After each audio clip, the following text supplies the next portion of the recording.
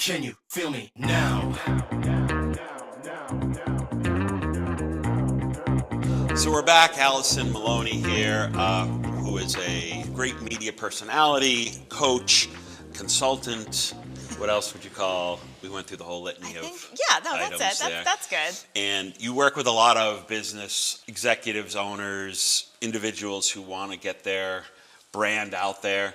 And I've talked to a lot of people. You know, we share a lot of interest in this, and I use the acronym ACE, ACE, is that you want to be the authority, the celebrity, and the exclusivity. And if you combine those things to get your message out, we were talking about documentaries and crime stuff. You want to be the person that people say, oh, there's a crime, I got to call Alison. Yeah. She's the one that, you know, you get on my show to talk about O.J. Simpson or whoever the latest, butcher is out there.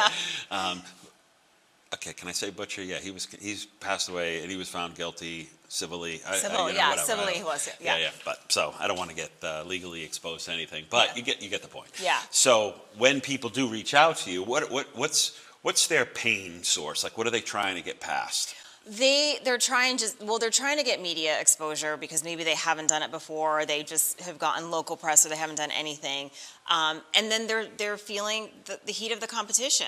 So they usually will reference, well, this company does this, I want to do this, or this brand does this, how do we do this? And so what we try and do is get them to do something similar. What they're usually referencing is the company has a strong social media presence, they have great videos, and they're great storytellers. And that's what usually the client coming to me lacks. And I think video is the most powerful tool. I think it is the #1 tool to use for social media. Because say you film a video and it's a 10-minute video, you then can break that up into bite-sized little videos for social media. You can make a reel out of it. You can do Instagram stories. You can put it on YouTube. You then can take that 5-10 minute interview. Now it could be an article that maybe you write, or a blog, or you take and you do different graphics. There's so much that you can pull from that, and it's just teaching people how to do that. But it's whatever industry you're in, like you mentioned, you know, if you're looking for a realtor, you want to call that specific one, or you want to think of that specific realtor. It's just being present and being on social media like all the time. LinkedIn is very powerful, and giving value. I go back to Gary Vee. Years ago when I started my business, I just started giving tips, PR tips, writing blogs, helping people. So when you can help people and you're not selling, you're not saying, call me because I can do this. If you're a realtor, talk about the 5 ways to stage your home, or the 3 things to think about before you put your house in the market. You're just giving people content, and so when they start thinking about a realtor, if you're present on social media, if you're providing value, if you're not selling, then hopefully they'll think of you because you're constantly going to be in their feed. So you have to be, and it's hard to put out a video every day or to do a post every day. We're busy in our lives. So it's a matter of maybe working with, you know, somebody like you or somebody like me, or, you know, somebody that can help them. Somebody like us. Yes. Right? We're going to be teaming up. But somebody that can say, here's your strategy. This is what you should do. Yeah. But you have to do it because you're going to get lost. And nobody's going to think of you because your competition is out there and they're doing all the things that we say you should do. And I'm always encouraging people to try and be different than what your competition is doing, because I'll blame the solar industry, right? You see the same ads, the same social media posts, and it's like they go to the same conventions and they get the same box of videos that they'll all use. And so I might have ABC Solar, you have XYZ Solar, I'm doing all these social media posts, and then you're going to get the business because people just go, okay, I'm convinced on solar, but I don't know who to go with, so I'm just going to go to the next person on the list, which is Alison Maloni Solar, you know, and then they go with you. And you really are just not getting it. Right, you know, you want to sell who you are as opposed to what you do. Both, of course, but you do a little bit of both. I also think, and we were talking about this earlier, is, you know, AI and ChatGPT. I love ChatGPT. I use it a lot, but I think people are starting to rely too much on ChatGPT, and they're throwing in and they're getting their social media posts from them, and they're not doing well because it's not you, it's not your voice. So use it if you need ideas, but tweak the content, tweak it, make it your voice, because I think people are relying too much on that, and then they can tell that their posts are not doing well because they're not authentic. And everybody, as you know, public speaking is more of a fear in some people's eyes than death. Yeah. They're more afraid of talking on camera. And I had a good friend who, I'm going to try to keep this as vague as possible because I don't want to embarrass him. So we already know it's a guy. Okay. But the camera went on, and I could say this because I was friends with him, but it was like, I'm like, dude, you're not a hostage in a Al-Qaeda video here. It was like the freeze on his face, and I couldn't get past that. Mm-hmm. And for somebody like that, I try to remind them, like, look, you're being recorded all the time. Satellites, ATM machines, there are cameras everywhere, and you don't freeze like that. Just talk to me. Right. Have a conversation. And sometimes it's just that mental block. And at the end of the day, it was just like, okay, maybe we're going to avoid cameras at all costs. Yeah. But what else do you do? But people have that fear. So what are some of the tips that you give for somebody on camera? Like when they're... You said it, the number one tip, pretend you're having a conversation. Just don't look at, sometimes you have to look at the camera if you're, in studio, but just pretend you're having a conversation with a friend. Yeah. I think they freeze up, pretend you're talking to a client. So that's the number one thing, but it's easier said than done. Yep. Especially if you're in a live setting and there's lights and, that they're putting your microphone on and, they're counting you down. And then that's stressful if you're not used to that. And then practice. If you are trying to do interviews or go on podcasts, I would practice. Film yourself, and when we do media training, that's the hardest thing because we'll have them look back and watch it. I hate to look back and watch my interviews because there's always something like, ooh, that was bad, but that's how you get better. Right. So practice, even if you just put a camera in front of yourself and start talking. Just talk and talk and talk until you can get a little used to the camera. You're going to be nervous at first, but again, like anything, the more you do it. And again, like you said, the length of the interview. If you're just doing a 2-minute interview, of course, it's like I always say that when you make pancakes, that first pancake is never good. You have to wait to that second or third one. So it's just getting through the first couple of minutes of awkwardness, and then you feel comfortable. I used to, because I started doing radio at the beginning, and again, I don't know how long these things ever lasted, but on the public access channels, they would have a scrolling like bulletin board. It was just all print, and it would say like the Council on Aging's pancake dinner tonight at 8 p.m. Bring your donations. And I remember just having that channel on and just reading it like I would be doing an announcement, like, "Oh, come join the pancake breakfast." And I think back like how cringy that is if somebody ever walked in like, what is he talking to? But it was trying to be natural. Yeah. And not reading it exactly to script, but just being like in my own words and throwing in something. And I did stand-up comedy and the improv stuff, and so you get a sense of how to just... Oh, that's terrifying, yeah. It's terrifying, but great skill to have. Theater is huge, even if you're, like a ballet for a football player works, theater for an announcer works too, I think, because you get the opportunity to just think on your feet when you can't come up with something. Gosh. What happens when your teleprompter goes down? All the time. Yeah. All the time. I mean, and we've actually joked at one point, we would say, oh, the teleprompter's down, so hold on, bear with us. You have your computer. Right. But a lot of stuff, even the interviews, you have your questions, but we don't always go by the questions. Again, if somebody says something, oh, that's interesting, and then you start, asking them based on what they said, so you want it to be organic. But something, I thought about when you talked about the teleprompter, and I think a lot of business owners or people will go on social media and will see things like, ooh, there's a camera and it has a teleprompter in that. Maybe I'll get that and that my videos will be better. No, don't do that. Yep. Because unless you're seasoned, even if you're seasoned, it just does not seem natural. But again, I think, going on social media, you see all these great things and these tools that can help you. And I know that teleprompter thing, people are buying it, and it does not. You kind of look like your friend that was doing the video where they look like a deer in headlights, because it's not you're reading. Right. And unless that was the hardest thing in TV, was reading the prompter and making it seem natural. Yeah. And it's still sometimes if I don't do it for a while and I go, and it's hard. It's like the Ron Burgundy effect. That must be the running joke in the newsrooms of because it was just he read whatever was on the teleprompter. Oh yeah. And you can see when you're in this business, when you can see somebody's eyes going around, and and that obviously takes away the theater of the whole the moment right there. But yeah, you don't want crutches. Right. And you want to be natural. And The good part about at least what you're doing, I think, in talking with a business owner is that you're letting them lean into what they already know. Because Joe Rogan actually said this, and I thought it was brilliant, that if he is woken up at 2 a.m, he can instantly start talking about MMA fighting because he knows it so well. He doesn't have to review it. It's Right. just natural for him. Yeah. So a lot of the people that you're meeting with, they're already really, really good at something. And you're not asking them to speak outside of their element, but more so about what they already know. Yeah.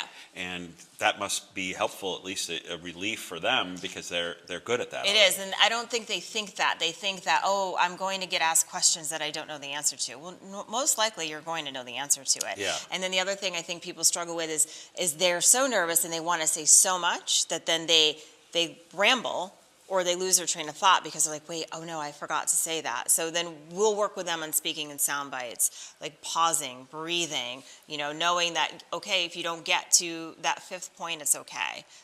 So that's a challenge too, but that's all through the training. Right, and even with some of the things that I do, and certainly, working along with your clients eventually, it's not live, right? So you can make mistakes, but listening is so important, and hearing, because I could say, what do you think of that Karen Reed situation that we alluded to? And then you say, oh, I was at the scene, I saw exactly what happened, and I just move on because I didn't hear what you said. And then the audience is like, did she just say that she was there and you didn't ask a follow-up question to that? And then you've just lost all credibility as a reporter. It's the biggest thing when you're anchoring is listen, because what happens is sometimes the producer's in your ear rapping you or telling you something, and so there's so many moving parts that it's really difficult to actually listen to the interview, which people don't realize because and of course there's always, if it's a bigger interview, there's certain questions you really want to get to, and then if they're like 30 seconds, so you're rapping, but then they just said something and you want to expand upon it. But if you do, you're going to get yelled at from behind the scenes because you're not on time. So there's so many, I'd love to kind of take people through at one point. Maybe I'll do a behind the scenes of like what really happens, because it's, unless you're in it, you have no idea. I had a weird thing that happened to me because I played basketball. And I also, I worked for the NBA, and I was doing all-star game stuff and interviews. And so I was both on camera, but also very aware of like what the players think and coaches, because I think I was coaching high school at the time. So I was at an NBA all-star game, and it was in Los Angeles. And it was the East-West practice. So it's like open to the public, and like there's people in the crowd, and then there's NBA guys that are interviewing the players during the practice, which is mind-boggling for me, who was a coach, because there's also coaches making them run drills. And the accepted arrangement was that, okay, this is sort of for the media and the public to watch what a practice is like. Yeah. But by the same token, the coaches were very like, get out of here kind of thing. Right. So I have somebody yelling in my ear, grab Kobe, talk to him. And this was right after all the controversy that he had with like the rape trial and all that. And I think they were nervous, like, is this guy going to ask about this? And I'm getting yelled at in my ear. I'm seeing them in the middle of a drill. They're like, do it now. And it was scary. Oh, yeah. Because I'm like, the last thing I wanted to do is get yelled at by the coach in front of everybody. Right. Even to be put out there, and the director doesn't care. Their job is just to get the shot. Yep. Sometimes it's pretty brutal. It is. It's stressful for sure. And, I'm getting PTSD thinking about all these things. Well, luckily you don't have to do that anymore, so that's good. I know. So when you're in the studio, it's different than being out in the field, right? But have you ever had to go out and be in the midst of the storms and the hurricanes? Yes. Not and for all that? Newsmax, but when I was local. I actually worked in Providence at WPRI. That was my last station I was at back a long time ago.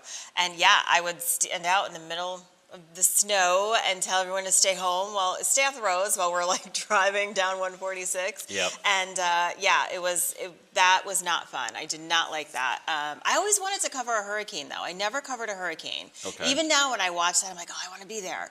I want stuff to fly by my head. And like, it's crazy, but I always wanted to cover that. I'll make that happen. We'll get our intern to blow a fan on your hair, and then I'll put a storm. Everybody in the stay home. They're like, wow, our hair's not even moving in this gale force wind. I always wanted to, I would wake up at, do the overnight shift and be out there at 5 a.m.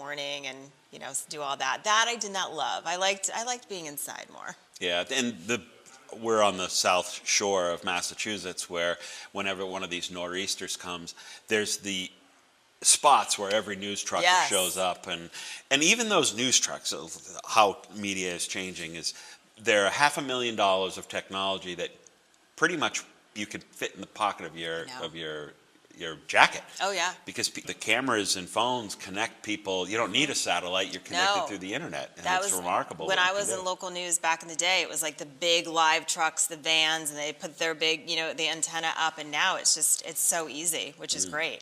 And if we can, and part of the message of Plymouth Rock TV and Oktane Media is that we want to encourage the citizens, our neighbors, to be our producers, right? You know what's going on out yeah. there. Like if there's traffic at the bridges for the summer, be entertaining enough to bring that message to me in a way that is going to be helpful for the next person who's coming up Route 3. Yeah. Giving people the tools and the confidence so that they can be a contributor to the information that we need to know. Oh, yeah. You know, that kind of thing. I mean, even when you watch the national news for storms or things like that or any big events, you're always seeing that people are recording it. I mean, I'll go, to TikTok or Instagram to see, because sometimes they're on the scene, so they'll have better video than some of the network news. And the Right. network news will then, use their video with their permission because they've got the first row seat. I still carry my drone. I have a drone Oh, yeah. in my car, and I had my name with certain news. And you never know when you're driving by something that they would say, there's a fire, we need an accident, and you can throw the thing up in the air and see it. I don't do that as much anymore, but everybody is one. That's why I don't know why we don't see more shots of Bigfoot and aliens, because they're always, everyone's got cameras everywhere now. I know. And back in the 50s and 60s, nobody had cameras, yet we got all these great, I know. images of Bigfoot running There through the was woods. a military plane that saw something recently. Yeah. Looked like a little football. I don't know what that was. Well, also, too, maybe there are these videos, and we just don't believe them, or we're so desensitized because we don't know yeah. if it's AI or something. Right. Like, That's the problem too. Sometimes you don't know. yeah, because it's so easy to manipulate video. Yeah. And again, whatever I'm showing back here is artificial. Yeah. I guess you can say. I'm scared of aliens. It's like one of my worst fears. Really? Yeah. Aliens and rats. I don't like So rats. I work in New York. I see the rats. I just don't want to see the aliens. Yep. Yeah. But are you afraid, like what, of getting kidnapped? Yeah. And like, Yeah. I don't want to be taken up. Yeah. I It's a hear thing. ya. It's a thing. Rats definitely Rats. creep me Oh, out, though. yeah. I'm interested in aliens. I think Yeah, I don't want to go. No? Nope. Okay. Nope. Well, maybe they just come and say hello. They don't Yeah. want to take you. I can wave to them. Okay. Just leave me Perfect. here. Have you ever had any encounter? Of No, my parents UFO? did. My parents' friends saw Really? one, or they think they saw one in our town. So I think that's where my fear started. Because Okay. I would stare out my window and I'd see planes when I was younger, and I would Yeah. tell my parents, I think it's an alien. They're like, nope, it's a plane. Go to bed. And you see so many, especially last year when they had the Starlink satellites going by. Did you ever Oh. see that? They were a line of like Yes. 9 in a row moving across the sky. What about And those drones? Yeah. All that was happening a couple of months ago, and then all of a sudden that story went away. I don't know. well, apparently I heard it was discovered that it was the military and the FAA working together. Okay. And what was disappointing about that was that they let the public wonder for so long. Well, yeah. And then that's how conspiracy theories Right. start, when they could have easily answered, like, we're doing any. they could have just said we're testing and left it there. Or we're or just doing. Google Maps is taking Yeah. pictures. Everyone's familiar with that. There's no mystery that there's things up there taking pictures. And a Right. friend of mine who is in the Air Force and who has security clearance for surveillance and drones, he's like, we can read a name tag off somebody's shirt in Afghanistan at a cookout. Like, that's how powerful these things are. Yeah. So the fact that we are thinking that controlling what sees us and what doesn't Right. is just crazy. Yeah. It's just not the way it is. But I think that for bringing it back to somebody who's watching, who's just wondering, because some people are going to think they are just the best at this and they can do it. They don't need any help. They've figured it out. They know how to do social media because they can take a picture of their chicken parm at night and say, like, oh, look at how good I am. Yeah. And then there's others that are so afraid of it that they might even just avoid any kind of public interaction altogether. But I think, tell me about your process, because when you first get approached, are people more apt to do you have to go through like an intake form with them of like identifying goals and what their strategies are? Yeah. Tell me how you do that. Yeah, so we'll do like a full-on kind of discovery call, and then, you know, prior to it, we'll take a look at their social media. We do Google searches. We see, you know, like their website, like what's happening. So we already know ahead of time, you know, what do they need help with. And then, I mean, our goal is to teach them how to do it themselves, because a lot of these companies have marketing in-house, and they're very capable of it. They just don't have the tools. Even big companies that have like CMOs and full-on marketing and PR teams, the media training is something that they're lacking. So we try and do that. But if it's just a business that's trying to build their brand, we have a full conversation and figure out what they need and try and provide them with as much information of how they can do it. But it's a lot of training, or we'll do it for them, you know, if they don't want to do it. But yeah, I think, you know, if somebody thinks they can do it themselves, they should probably take a look at their social media analytics and see how it's doing. You know, are you getting 2 likes? And even it's not about the likes, it's the comments and, you know, the views and things like that. And, you know, if you are doing a good job, great, but there's always, you know, ways to improve, because what happens is we think we have it and we know what we're doing, and then all of a sudden things change, and then there's something new that we need to learn. So when you have a team that knows the newest things that are happening and the trends and the algorithms and the ways media is going and streaming, that helps them. I wonder too, it can be really discouraging with social media, with comments and things, because there are so much. You leave it open for anybody to come in and just say what they want, and you can take it personal easily. Yeah. Yes. And, you know, you engage with somebody, and I'm guilty of this too, because I am, and it can take you, like, I'm the type of person that if I was singing on stage and 1,000 people were watching and I saw one person roll their eyes, I'm like, what are you doing over there rolling your eyes? And that can be discouraging, because I think that's the downside with social media, is the engagement, I think. Mm-hmm. I mean, it's a reason why people like it, because audience engagement is important, but I think it can be damaging too. So that must be part of like the training. It is, yeah, because a lot of times, you know, the people that do say those things are the trolls, as we call them, and they want you to engage, because the second, you know, I've done it too, you engage, it's back and forth, and you're like, I'm not going to win this, and then you stop, and I always say kill them with kindness, say something nice to them, because then they look like the jerk. But if you're a company and somebody's saying, you know, your food was horrible, or I had really bad service, you should respond to it, but in a professional, nice way. We, again, help people do that. But I always say just breathe and think about it. You know, give yourself some time. Yeah. So then you can come up with something, because you don't want to ignore things. But I think you can figure out if this person's really trolling you. But one of the things, too, is that you could have 1,000 comments. You can't maybe respond to all of them. But if you as the company or the CEO tries to respond to some of them, it makes that person feel like, wow, they are listening to me, they care. It goes a long way, because especially the bigger company you are, they think they're never going to respond. Like, I tagged Rent the Runway because I use them for TV. I took a photo of my dress, and they responded. They put love it, and then they shared it. And I was like, this is so cool. Like, it made me feel so good, because they took the time. I'm sure they get thousands of messages to respond to my message and to share it out. So we always tell our clients, make sure you do that. It's a lot of time, but it goes a long way. For sure it does. And I think that for people who are new to it, they should align themselves with a product or whatever they use, and because that's a genuine. You weren't forced. We were joking about having to fake something prior, but you really liked the dress that you were wearing, and they really appreciate somebody like they want you to be doing that. That's what their marketing team. How do we get somebody like Alison Maloni to comment on tag what we're doing? And there you go. You did it. So you're not putting them out by doing it. You're just satisfied by that completion of the, hey, we're in this together kind of. But I will say I was one of those people. I was on like a flight, I forget, and we just had all these issues. Oh, it was, I'm not going to say the flight, the name of the airline, but my daughter wasn't sitting next to us, and she was underage, and like that nobody would change, like they weren't making it. So I actually did put out on Twitter or X at the time and just said, you know, just unfortunately really disappointed.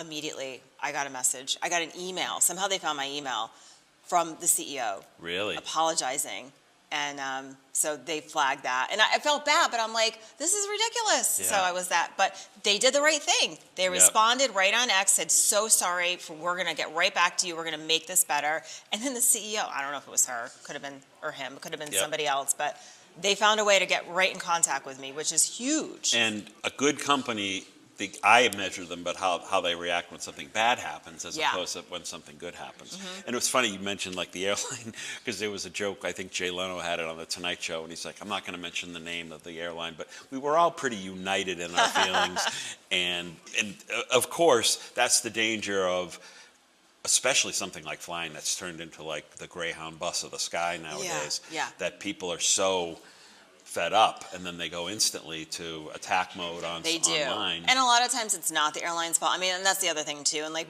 you know, if I was representing an airline, that would be a hard job because you know they're getting attacked all the time, and most of the time it's not their fault. Yeah. And people are stressed. Traveling is very stressful. So miserable. Yeah. I mean, it used to be you dress up.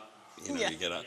Now it's the kids are in their pajama pants. When my daughter just flew on Friday, I'm like, "What are you wearing?" And she's like, "It's comfortable." I'm like, "You're literally in your pajamas." The worst part of traveling is the fact that we have to take our shoes off.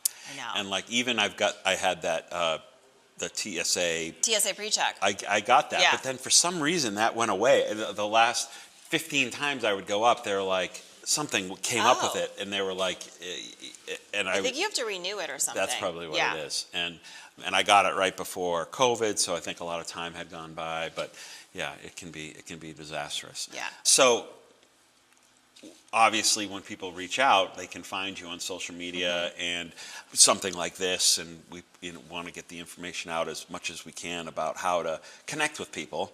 I think that connection is huge because there are so many groups that I look forward to helping, and if I could pick them, I would call them and be like, I want to help you because I think that you have a great product. Your message is right there, but for some reason you're not doing anything about it. You know? And I don't want to appear pushy or salesy, because then the people who actually do want to work with us, I'm like, oh man, I don't know how I'm going to do this. But you figure it out.